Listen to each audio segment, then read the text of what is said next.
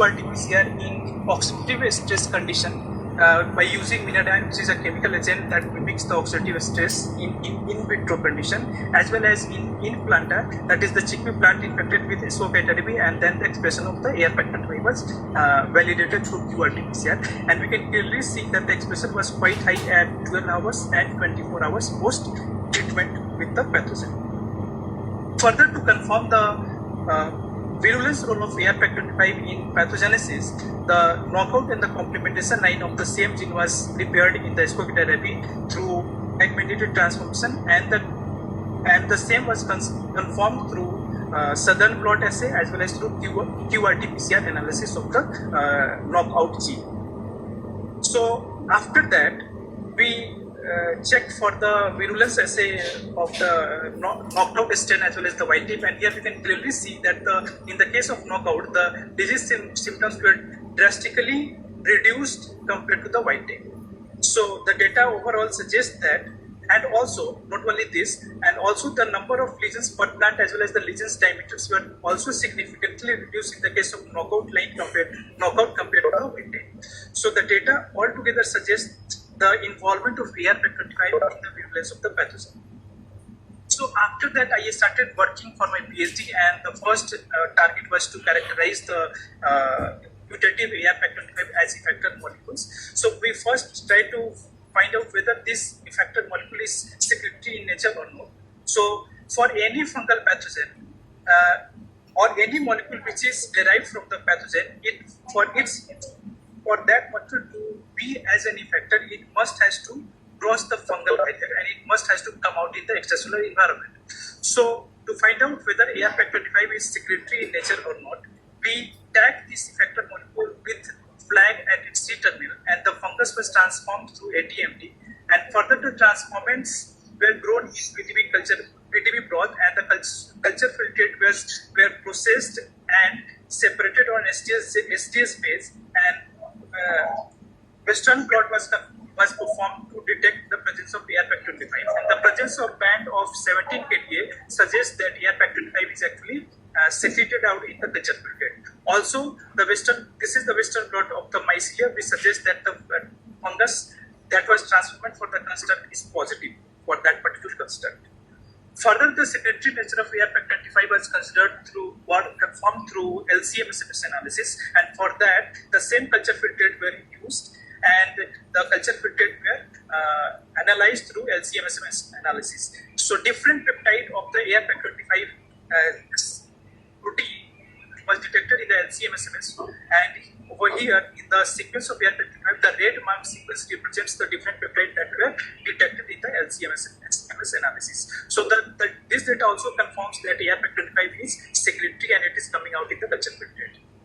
So another technique that we used for the confirmation of the secretory nature of AR-Pac25 is the yeast secretion trap assay, and for that, the full-length AR-Pac25 as well as AR-Pac25 where signal peptide was deleted was grown under upstream of SUG2 genes, and the yeast cells transformed for these constructs were allowed to grow on glucose and sucrose medium, and the growth of yeast on the sucrose medium only when the full-length AR-Pac25 is there suggests that AR-Pac25 is actually secretory in nature.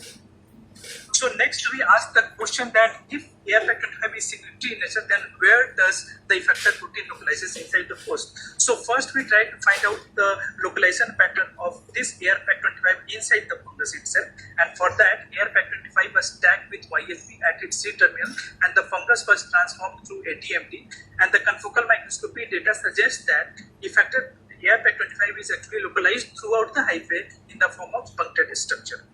Further, we checked the localization pattern of AR-Pac25 in plant, and for that, the effector was tagged at the C-terminal with the GFP, and the construct was agro-infiltrated in Equation of Anthemiana, and the microscopic data clearly suggests that effector protein is localizing inside the nucleus, and NLS-MRP marker were used for the detection of the nucleus. The same data was also validated through localization of effector protein in onion epidermal cell, and over here also you can see that the effector is actually localizing inside the nucleus of the onion epidermal cell.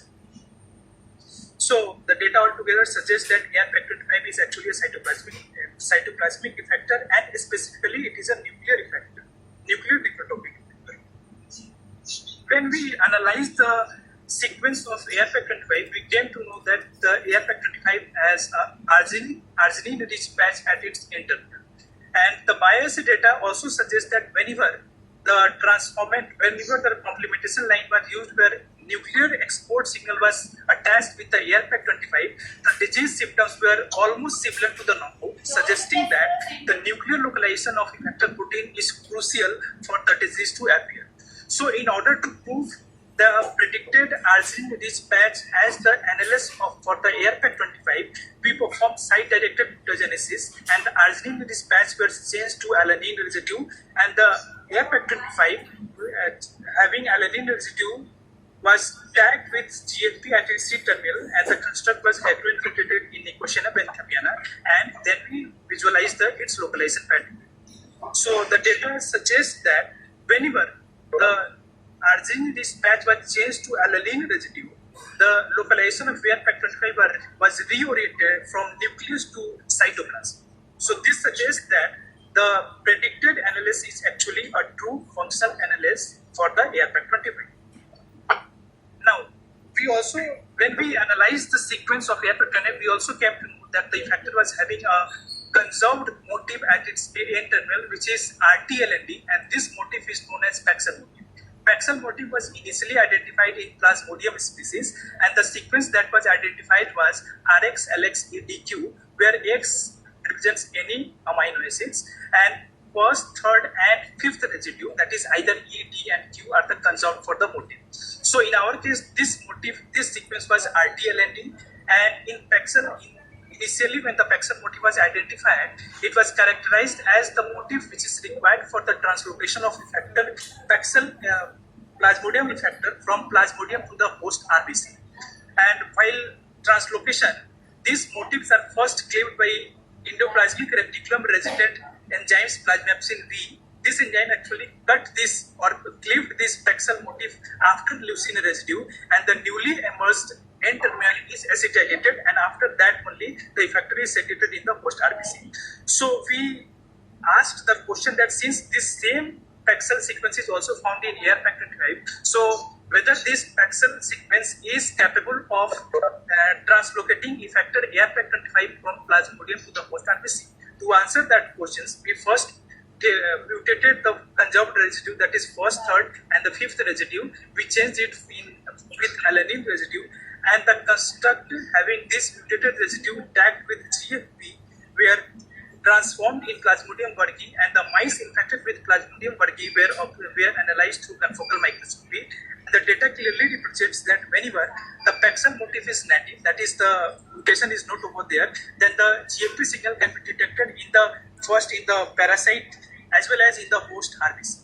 But whenever the motif, that is first, third, or the fifth motif are mutated, then the sequence GFP signal was confined only to the parasite and not in the mice RBC. So data suggests that the Paxel sequence RTLND is actually behaving like a true Paxel sequence that was initially identified in the Plasmodium species. So based on all this data, we proposed a model for the translocation of ARPAC25 from Plasmodium burgii to the mice RBC.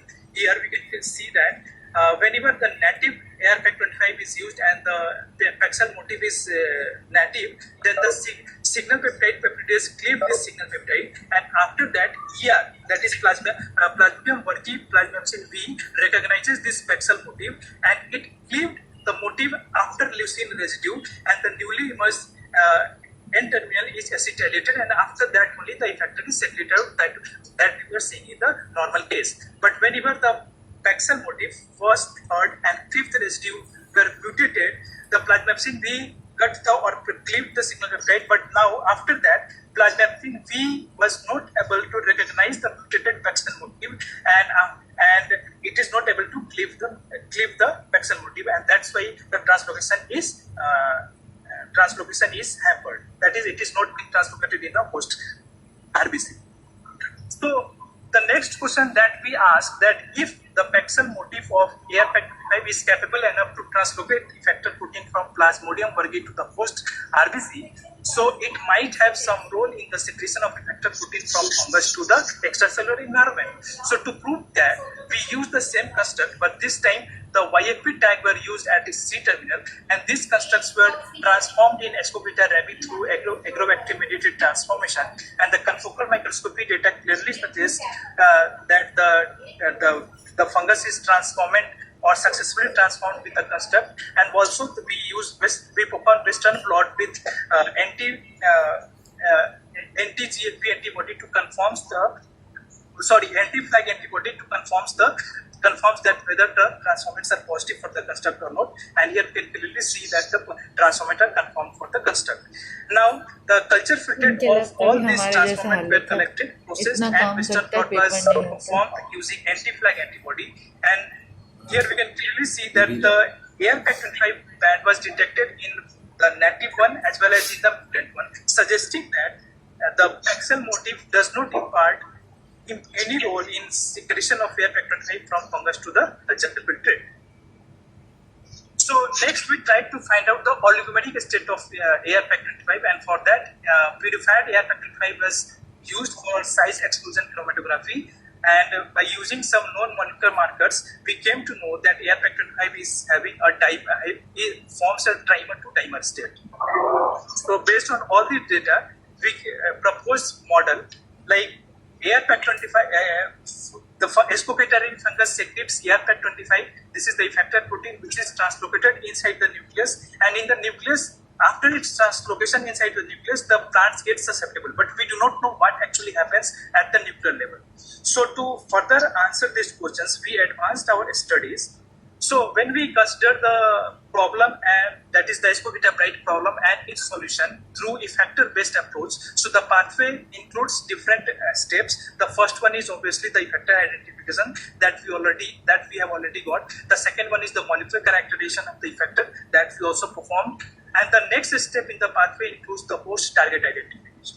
So to identify the putative target of AR-Pac25 in chickpea, we performed white twist library screening by using AR-Pac25 as bait, and chickpea plants were infected with Escopita rabi, and 50 days old chickpea plants were collected and cDNA was prepared, and from that the AR-Pac25 as a bait was used for the putative targets, and we came to know that a limb family of transcription factor was actually interacting with the protein.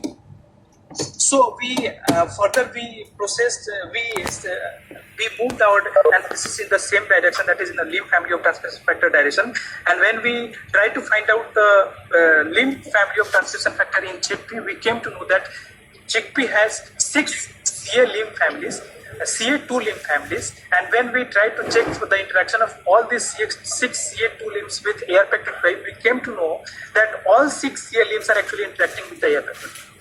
So to narrow down the putative target of AR-Pac25, we again asked the question that since CA limbs are a transcription factor family, so there must be some trans-activation or trans-repression activity in these proteins. So we first try to find out whether all these 6 CA limbs are actually having the trans-activation property or not. Or for that, we perform the trans-activation assay in the yeast system, and surprisingly, we came to know that out of the 6 CA2 limb transcription factors, only CA beta limb 1 was having trans-activation assay. Further, the repressor data assay analysis suggests that none of them were having any repressor activity. So based on these trans-activation and repressor data, we further narrowed down our target for AR-Pac25 as CA beta limb. So CA beta limb 1 is actually a limb family of transcription factor which has 2 domains, that is limb 1 domain and limb 2 domain, and it is a 192 amino acid long transcription factor. And we then tried to check the interaction of CA beta limb 1 with AR-Pac25 by employing different strategies. First one is the white wedge analysis. Here also we got the interaction. In the in vitro pull down assay also we came to know that AR-Pac25 is actually interacting with the CA beta limb 1. Further, we employed the BIFC assay in Nicotiana benthamiana, and the detection of YFP signal clearly suggests that AR-Pac25 do interact with CA beta limb 1. Finally, we use the third approach, that is the fourth approach, that is the size exclusion chromatography assay to find out whether these 2 proteins are actually interacting with each other or not. So for that, the in vitro purified AR-Pac25 and CA-beta-lim1 were mixed in equal proportion and were analyzed through size exclusion chromatography. So detection of CA-beta-lim1 as well as AR-Pac25 in the same elution fraction suggests that these two proteins are indeed interacting with each other. So the next questions that we ask that if CA-beta-lim1 is the putative target or target of AR-Pac25, then where does this protein, this CA-beta-lim1 localizes inside the host cell? So for that, we tag CA-beta-lim1 with GFP and we transiently express it in Nicotiana benthamiana, and the microscopic data suggests that CA-beta-lim1 localizes inside the nucleus as well as in the cytoplasm. NLS MRP marker were used for the nucleus identification.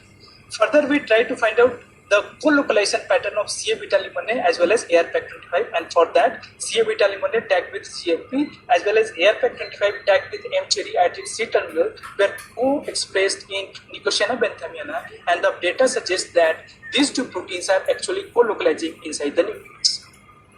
So based on all this data, we further advanced our earlier proposed model that Ascogator rabi infects chickpea, and while doing so, it secretes effector molecule that is AR-Pac25. This AR-Pac25 vector molecule is translocated inside the nucleus and it interacts with CA-beta-lim1 transcription factor family, and it results in the susceptibility. But still we do not know what happens over here and what are the downstream genes which are actually being regulated by CA-beta-lim1. So to further answer the questions, we moved a step ahead, and the next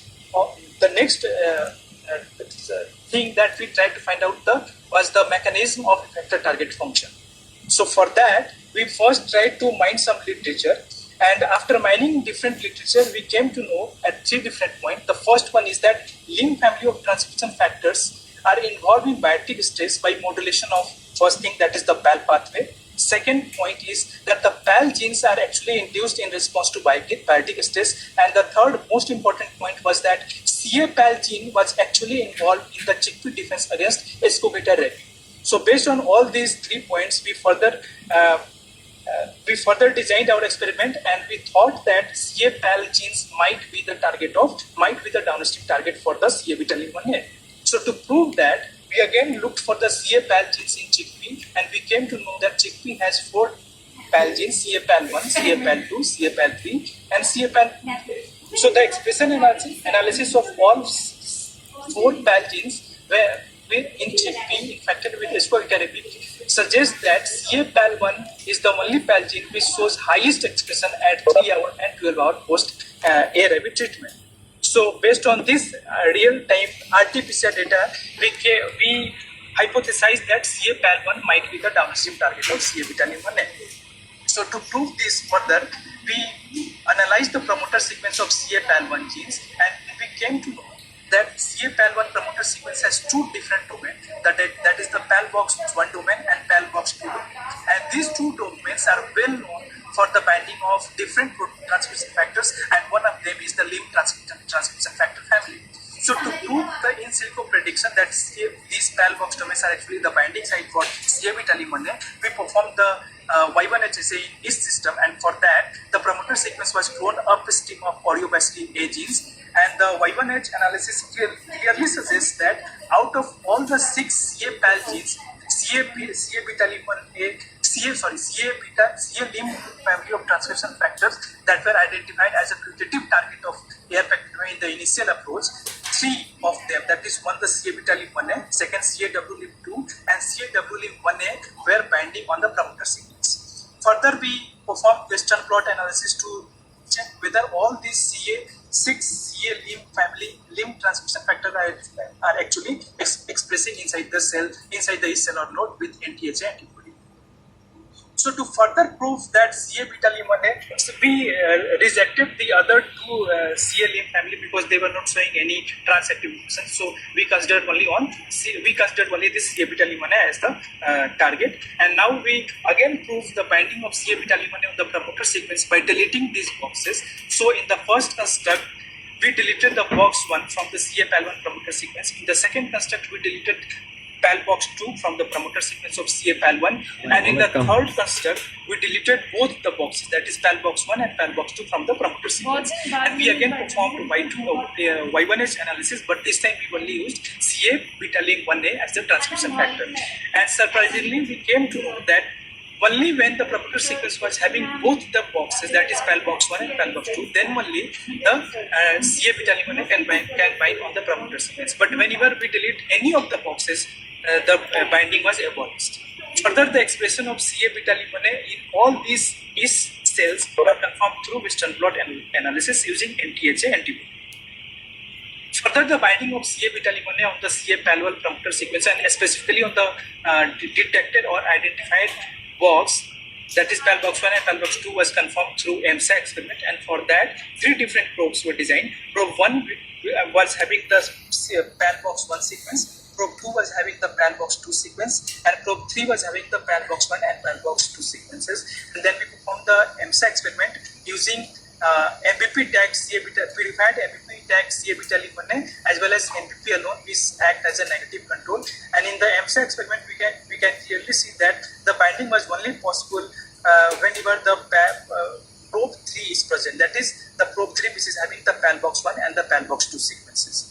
So all this data confirms that CA beta link 1A actually binds to the CA-PAL1 promoter sequence. Now the next question that we asked, that what is the nature of CA beta link 1A mediated regulation of CA-PAL1? Because we came to know that CA beta link 1A is having 2 limb domain, that is limb 1 domain and limb 2 domain, and these transcription factors bind on the promoter sequence at box 1 and box 2, but we do not know what is the nature of regulation of the downstream gene, that is the CA-PAL1. So to answer this question, we performed dual luciferase assay in Nicotiana benthamiana, and for that we raised reporter construct where the promoter sequence of CA-PAL1 was cloned upstream of pyruvate luciferase gene, and effector construct that is CA beta link 1A and CAW limb 1. And all these constructs were agro-infiltrated in Nicotiana benthamiana, and the data clearly suggests that the expression was induced whenever the CA-PAL1 was present along with CA beta link 1. So this suggests that CA beta link 1A is actually positively modulating the expression of CA-PAL1. Further, the expression of CA beta link 1A and CAW limb 1A in Nicotiana benthamiana leaves was confirmed through Western blot using anti-MYC antibody. We also validated the same results using luciferin as a substrate in the same link, and here we can clearly see the highest expression of luciferase in the leaf where PAL1 and beta limb, CA beta limb 1A is present. So the data altogether confirms that CA beta limb 1A actually positively modulate the CA-PAL1 expression. Now, there was a report in the year 2000 in Plant Journal which suggests, or where they experimentally confirmed that the limb 1 and limb 2 domain of anti-limb 1 protein, which is present in the Nicotiana tabacum, is actually independently capable of binding to the PAL box domain. And since in chickpea also the CA beta limb 1A has limb 1 and limb 2 domain, so we try to find out whether this limb 1 and limb 2 domain are whether they are independently capable of binding to the promoter sequence or not. So for that we generated 3 different deletion construct of the limb domain. The one where both the domain were intact, the second one where the limb 2 domain was deleted, and the third one where limb 1 domain was deleted. And all these constructs were used for the Y1H assay using CA-PAL1 promoter sequence. And surprisingly, we came to know that in our system, the binding of CA beta limb 1A on the promoter sequence is only possible when limb 1 and limb 2 domain both are present. It means that limb 1 and limb 2 domain, they are not capable of binding on the promoter sequence. Further, the expression of all these 3 constructs in the yeast cells were confirmed through Western blot using NTHA antibody. Now, the next question that we asked, that how does AR-Pac25 modulate the CA-PAL1 regulation? So to answer this question, we again performed the dual luciferase assay, and this time in the effector construct we used AR-Pac25. And these constructs were agro-infiltrated in Nicotiana benthamiana, and the data suggests that the higher expression of CA-PAL1 along with CA beta limb 1A, this higher expression of luciferase whenever PAL1 is present with beta limb 1A was reduced when the beta limb 1A was accompanied with AR-Pac25, suggesting that AR-Pac25 actually negatively regulates the CA-PAL1 expression by through CA beta lim1. Further, the experiment was validated using elusive bean substrate in the same same infiltrated leaf, and here we can clearly see that the expression of luciferase was low compared to the whenever AR factor 5 is present compared to the PAL1 and beta lim1A. So now we came to know that CA beta lim1A bind to the promoter sequence of CA PAL1 and it positively modulates the PAL1 expression. We also came to know that the presence of AR factor 5 somehow inhibits the positive modulation of CA PAL1 by CA beta lim1A. But we do not know the mechanism how the presence of AR factor 5 actually negatively modulates the regulation of CA PAL1. So to answer this, we first hypothesize. The first thing is that in majority of the cases, transmission factor actually works in their higher oligomeric stage, that is either heptamer, tetramer, or pentamer. And through size exclusion chromatography data, we came to know that our transcription factor, that is CA beta lim1A, exists in heptameric to octameric state by using some known molecular marker. And so we hypothesized that it might be possible that the presence of AR factor 25 disrupt the oligomeric nature of the CA beta lim1A, and thus it inhibits the function of CA beta lim1A. So to prove that hypothesis, we again performed the size exclusion chromatography, and for that equimolar ratio of CA beta lim1A and AR factor 5 were analyzed through size exclusion chromatography. So we hypothesized that if somehow AR factor 5 is disrupting the oligomeric state of the CA beta lim1A, then the peak, that is the blue peak, which represents the CA beta lim1A and AR factor 5 is the common CA beta lim1A and AR factor 5, it might be shifted towards the right, and orange peak represents the CA beta lim1A peak. So we hypothesized that the disruption might result in the shifting of this blue peak from here to the right side. But unfortunately, the blue peak was present at almost the same position where the CA beta lim1A alone peak was there. Further, the presence of both the protein in the elution fraction was confirmed through Western blot. So this hypothesis came false, that AR factor 5 is somehow disrupting the protein. But we use the same fractions, and then we try to find out whether the presence of AR factor 5 is again inhibiting the binding of CA beta lim1A on the PAL3 promoter or not. Or for that, we performed the EMSA experiment, and we came to know that the binding was only where the probe 3 and CA beta lim1A was alone present. But whenever these fractions were collected, these different fractions from over here to here were collected from the blue peak, the binding was abolished in the EMSA. So this suggests that presence of AR factor 5 is inhibiting the binding. Second, now still conformably we do not know how the presence of AR factor 5 inhibit the binding, but the hypothesis is like that the interaction of AR factor 5 with CA beta lim1A somehow mask the lim1 and lim2 domain of CA beta lim1A, and this inhibits the binding of the transcription factor on the promoter sequence. So based on all this data, we finally proposed the working model for Escovita blight disease in chickpea.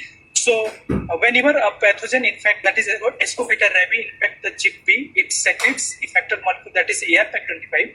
This effector molecule is translocated inside the nucleus, and in the nucleus it interacts with the CA beta lim1A transcription factor, and the interaction of AR factor 25 with CA beta lim1A inhibits its binding.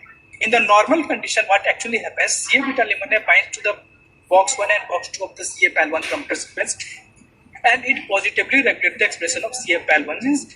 But the presence of AR factor 5 inhibits the binding of CA beta lim1A on the promoter sequence, and thus negatively regulate the expression of downstream genes, that is CA PAL1 genes.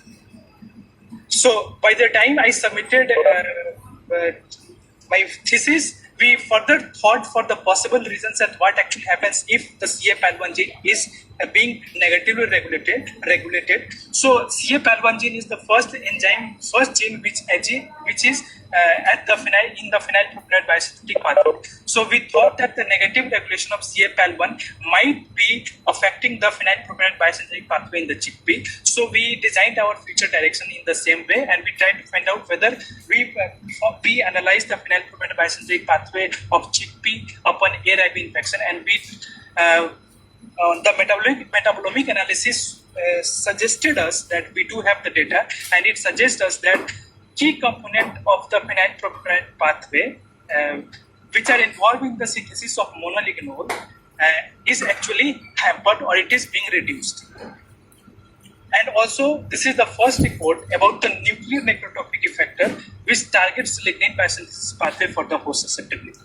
So with this, I would like to conclude my presentation. This is my publication till now. And I would also like to acknowledge Dr. Praveen K. Verma, my PhD supervisor, for his constant intellectual as well as mental support throughout my PhD journey. Previous and present director of NIPJR for state-of-the-art facilities in the NIPJR institution. All NIPJR scientists and staff members for their kind support. Dr. Agam Singh, for helping me out in the translocation of ARPAC-25, translocation experiment of ARPAC-25 from in Plasmodium Vargi. Dr. Kunal Singh, who is the first person who detected this ARPAC-25 in the SSS library as the putative effector. Dr. Sandhya Verma, who helped me throughout my PhD and especially in the initial phase of my PhD and familiarized me with the research methodology of the research methodology. Dr. Vikas Sreenevashan, who identified or who studied the genome-wide studies of CLIM family of transcription factors. Dr. Kamal Kumar, who helped me throughout my PhD and troubleshoot different problems that I came across during my PhD journey. My previous and present plant immunity lab members and all my batchmates as well as the NIPJR students. Thank you. इसका छोड़ दो, इसका picture मत लो.